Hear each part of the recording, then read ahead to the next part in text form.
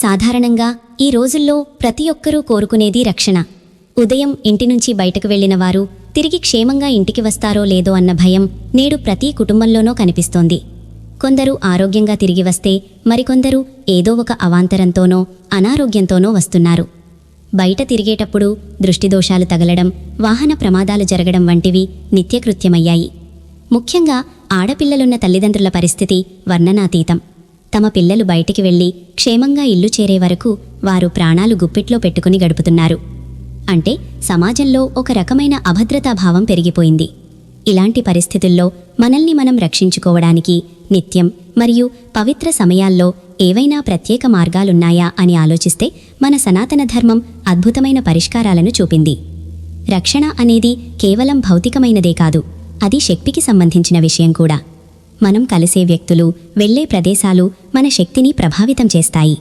మనం పూర్తి సానుకూల శక్తితో ఉన్నప్పుడు బలహీనమైన లేదా ప్రతికూల ఆలోచనలున్న వ్యక్తులను కలిసినప్పుడు మనకు తెలియకుండానే మన శక్తి వారిలోకి వెళ్ళిపోతుంది. దీనివల్ల మనం అలసిపోయినట్లుగా లేదా డల్గా అనిపిస్తుంది. అందుకే మన పెద్దలు కొన్ని నియమాలను పెట్టారు. ఆడపిల్లలు బొట్టు పెట్టుకోవడం, జడ వేసుకోవడం వంటివి కేవలం అలంకారం కోసం మాత్రమే కాదు, అవి ఎనర్జీ లాస్ కాకుండా చూస్తాయి. జుట్టును ముడివేసుకోవడం వల్ల మన ఆరా బయటికి విడుదల కాకుండా రక్షణగా ఉంటుంది. దీనికి అదనంగా ఆధ్యాత్మికంగా కవచ విధానం అనేది ఒకటి ఉంది. ప్రతి దేవతకు ఒక కవచం ఉంటుంది. దుర్గా కవచం, వెంకటేశ్వర కవచం, దత్తాత్రేయ వజ్ర కవచం వంటివి చాలా శక్తివంతమైనవి. వీటిని పారాయణ చేయడం వల్ల మన చుట్టూ ఒక అద్భుత రక్షణ వలయం ఏర్పడుతుంది. దుర్గా కవచం వంటివి చదవడానికి కేవలం 1.5 నిమిషం మాత్రమే పడుతుంది.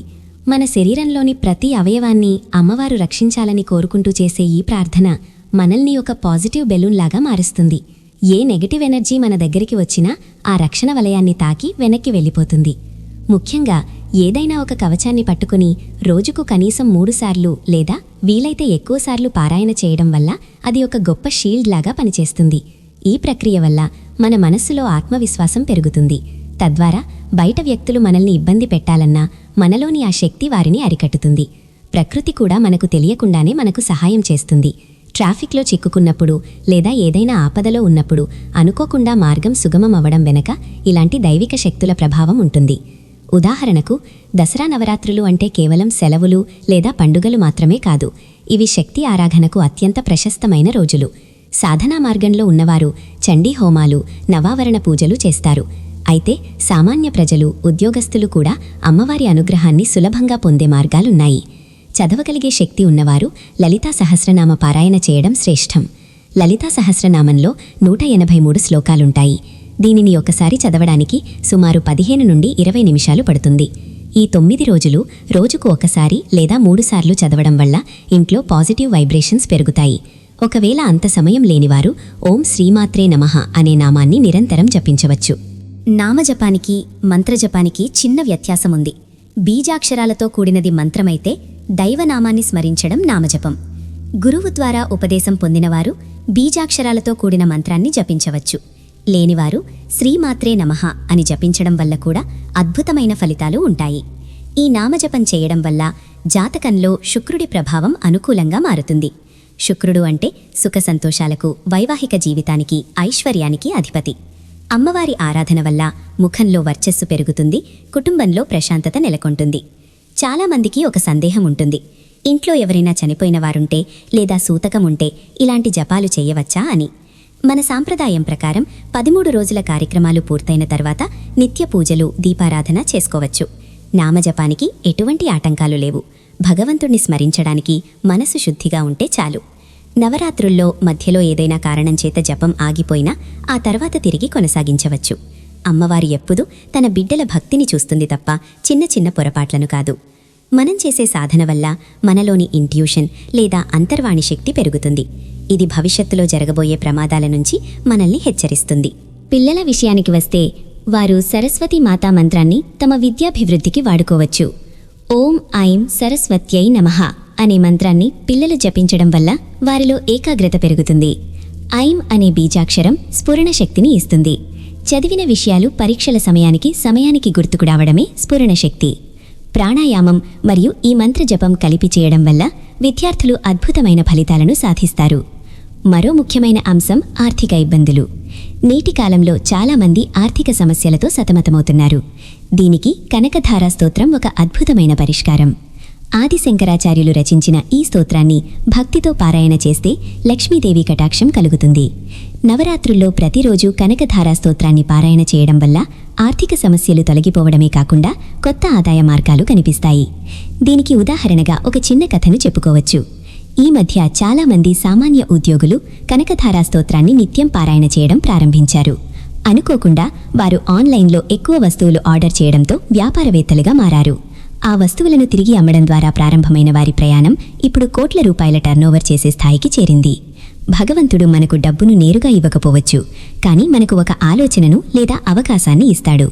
ఆ అవకాశాన్ని పట్టుకోవడం మన పని. అలాగే భూమి వివాదాల్లో ఉన్నవారు, అప్పుల బాధలో ఉన్నవారు కూడా ఈ స్తోత్రం పారాయణ చేయడం వల్ల సమస్యల నుంచి గట్టెక్కడం చూస్తున్నాం. ఏదైనా సరే నమ్మకంతో చేసినప్పుడు మాత్రమే ఫలితం ఉంటుంది. అందరి జీవితాల్లో వెలుగులు నింపాలని, అమ్మవారి రక్షణ కవచం అందరికీ తోడుండాలని ఆకాంక్షిద్దాం. మనం ఏదైనా ఒక మంత్రాన్ని లేదా కవచాన్ని పారాయణ చేయడం ప్రారంభించినప్పుడు మొదటి 2-3 రోజులు చాలా ఉత్సాహంగా ఉంటుంది. కానీ ఆ తర్వాత మనసు రకరకాల సాకులు వెతుకుతుంది. ఈరోజు పని ఎక్కువగా ఉంది, రేపు చేద్దాంలే అని బద్ధకం వస్తుంది. దీన్నే ఆధ్యాత్మిక పరిభాషలో మాయా అంటారు. మనం ఒక మంచి పని చేస్తున్నప్పుడు దానికి అనేక అడ్డంకులు రావడం సహజం. అందుకే నవరాత్రుల వంటి సమయాల్లో ఒక సంకల్పం చెప్పుకోవాలి. అమ్మా, ఈ 9 రోజులు నేను ఈ నామజపాన్ని లేదా ఈ స్తోత్రాన్ని ఇన్నిసార్లు పూర్తి చేస్తాను, నాకు ఆ శక్తిని ప్రసాదించు అని బలంగా అనుకోవాలి. మన సంకల్పం ఎంత బలంగా ఉంటే ప్రకృతి మనకు అంతగా సహకరిస్తుంది. సాధన అనేది కేవలం దేవుడి కోసం చేసేది కాదు, అది మన అంతరాత్మను శుద్ధి చేసుకోవడానికి చేసే ప్రక్రియ.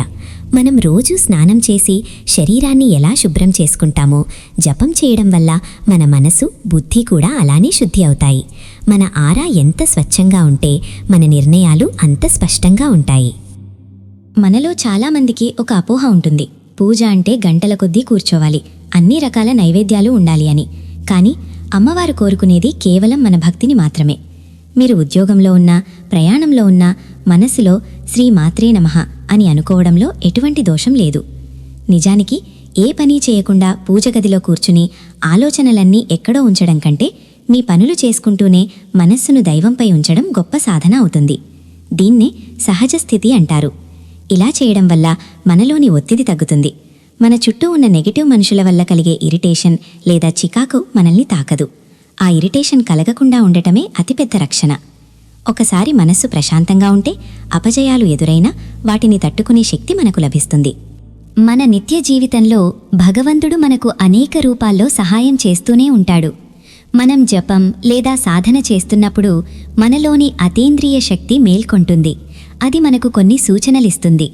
ఉదాహరణకు, మీరు ఒక ముఖ్యమైన పని మీద బయటికి వెళ్తుంటే అకస్మాత్తుగా ఏదో మర్చిపోయినట్లు అనిపిస్తుంది. వెనక్కి వెళ్ళి చూసుకుంటే ఆ వస్తువు మీ పనికి చాలా అవసరమైనదై ఉంటుంది. ఇది కాకతాళీయం కాదు, మీ సాధన వల్ల కలిగిన స్పందన. అలాగే కొందరు వ్యక్తులను కలవాలని అనుకున్నప్పుడు మనసు అంగీకరించదు.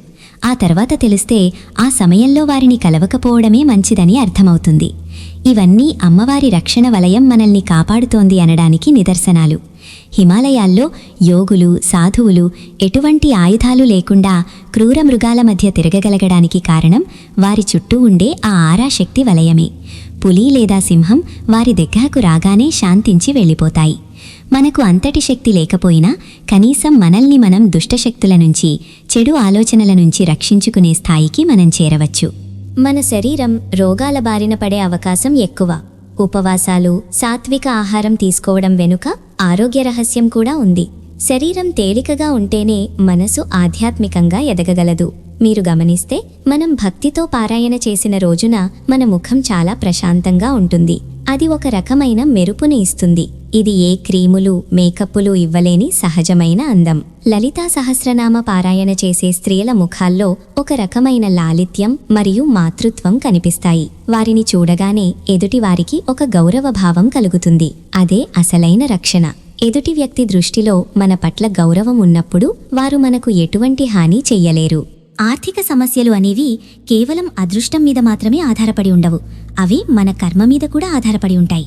అయితే శ్రద్ధతో చేసే సాధన ఆ కర్మ ప్రభావాన్ని తగ్గించగలదు. కనకధారా స్తోత్రం గురించి మనం మాట్లాడుకున్నాం. శంకరాచార్యులు ఒక పేద ఇల్లాలు పెట్టిన కుళ్ళిపోయిన ఉసిరికాయను చూసి చలించి ఆ పేదరికాన్ని పోగొట్టడానికి లక్ష్మీదేవిని ప్రార్థించారు. ఆ సమయంలో కురిసిన బంగారు ఉసిరికాయలు కేవలం ఒక కథ మాత్రమే కాదు, అది ఒక సంకేతం. మనలోని దేవుడి మీద గాఢమైన కోరిక ఎంత ఎక్కువగా ఉంటే ఫలితం అంత వేగంగా వస్తుంది. ఆర్థికంగా ఎదగాలనుకునేవారు నిరంతరం కష్టపడటంతో పాటు కొంత దైవబలాన్ని కూడా తోడు చేసుకోవాలి. కనకధార స్తోత్రాన్ని స్పష్టంగా అర్థం తెలుసుకుని పారాయణ చేయటం వల్ల మన బుద్ధిలో కొత్త వ్యాపార ఆలోచనలు రావడం లేదా ఉద్యోగంలో ఉన్న అడ్డంకులు తొలగిపోవడం వంటివి జరుగుతాయి. ఇక్కడ మనం గమనించాల్సిన మరో విషయం ఏమిటంటే, కేవలం పారాయణ చేస్తేనే సరిపోదు, మన ప్రవర్తనలో కూడా మార్పు రావాలి. వచ్చిన సంపాదనలో కొంత భాగం దానధర్మాలకు ఉపయోగించినప్పుడు మాత్రమే ఆ లక్ష్మి మన దగ్గర స్థిరంగా ఉంటుంది. దీన్నే శ్రీ విద్యా రహస్యం అంటారు. ఇచ్చే గుణం ఉన్న చోట ఐశ్వర్యం నిరంతరం ప్రవహిస్తూనే ఉంటుంది. ఈ నవరాత్రుల్లో ఎవరైతే తమ శక్తి కొలది పేదలకు అన్నదానం లేదా వస్త్రదానం చేస్తారో వారికి అమ్మవారి అనుగ్రహం మెండుగా ఉంటుంది. సాధన చేసేటప్పుడు మీ చుట్టూ ఉండే పరిసరాలు శుభ్రంగా ఉంచుకోవడం, వీలైతే దీపారాధన చేయడం వల్ల ఫలితం త్వరగా వస్తుంది. ఈ 9 రోజులు మనం చేసే ప్రతి పని ఒక యజ్ఞంలా భావించాలి. ప్రతినిత్యం మన జీవితంలో ఒక కొత్త మలుపు కావాలి. రక్షణ కోసం కవచం, జ్ఞానం కోసం సరస్వతీ నామం, ఐశ్వర్యం కోసం కనకధార స్తోత్రం. వీటిలో మీకు ఏది అవసరమో దానిని ఎంచుకోండి. నియమనిష్టల పేరుతో భయపడకండి. అమ్మ ఎప్పుడూ బిడ్డను శిక్షించదు, సరైన దారి చూపిస్తుంది. మీరు ఎన్నిసార్లు చదవగలిగితే అన్నిసార్లు చదవండి. సంఖ్య కంటే భావన ముఖ్యం. అప్పుడే మీరు ఒక మానసిక స్థిరత్వాన్ని, ధైర్యాన్ని గమనిస్తారు. ఆ ధైర్యమే మిమ్మల్ని జీవితంలో ముందడుగు వేయిస్తుంది. మీకున్న ఆర్థిక ఇబ్బందులైనా, అనారోగ్య సమస్యలైనా లేదా పిల్లల చదువులైనా అన్నింటికీ పరిష్కారం ఆ పరాశక్తి ఆరాధనలోనే ఉంది. అందుకే ప్రయత్నం చేసే అందరికీ సకల శుభాలు కలిగించాలని కోరుకుందాం.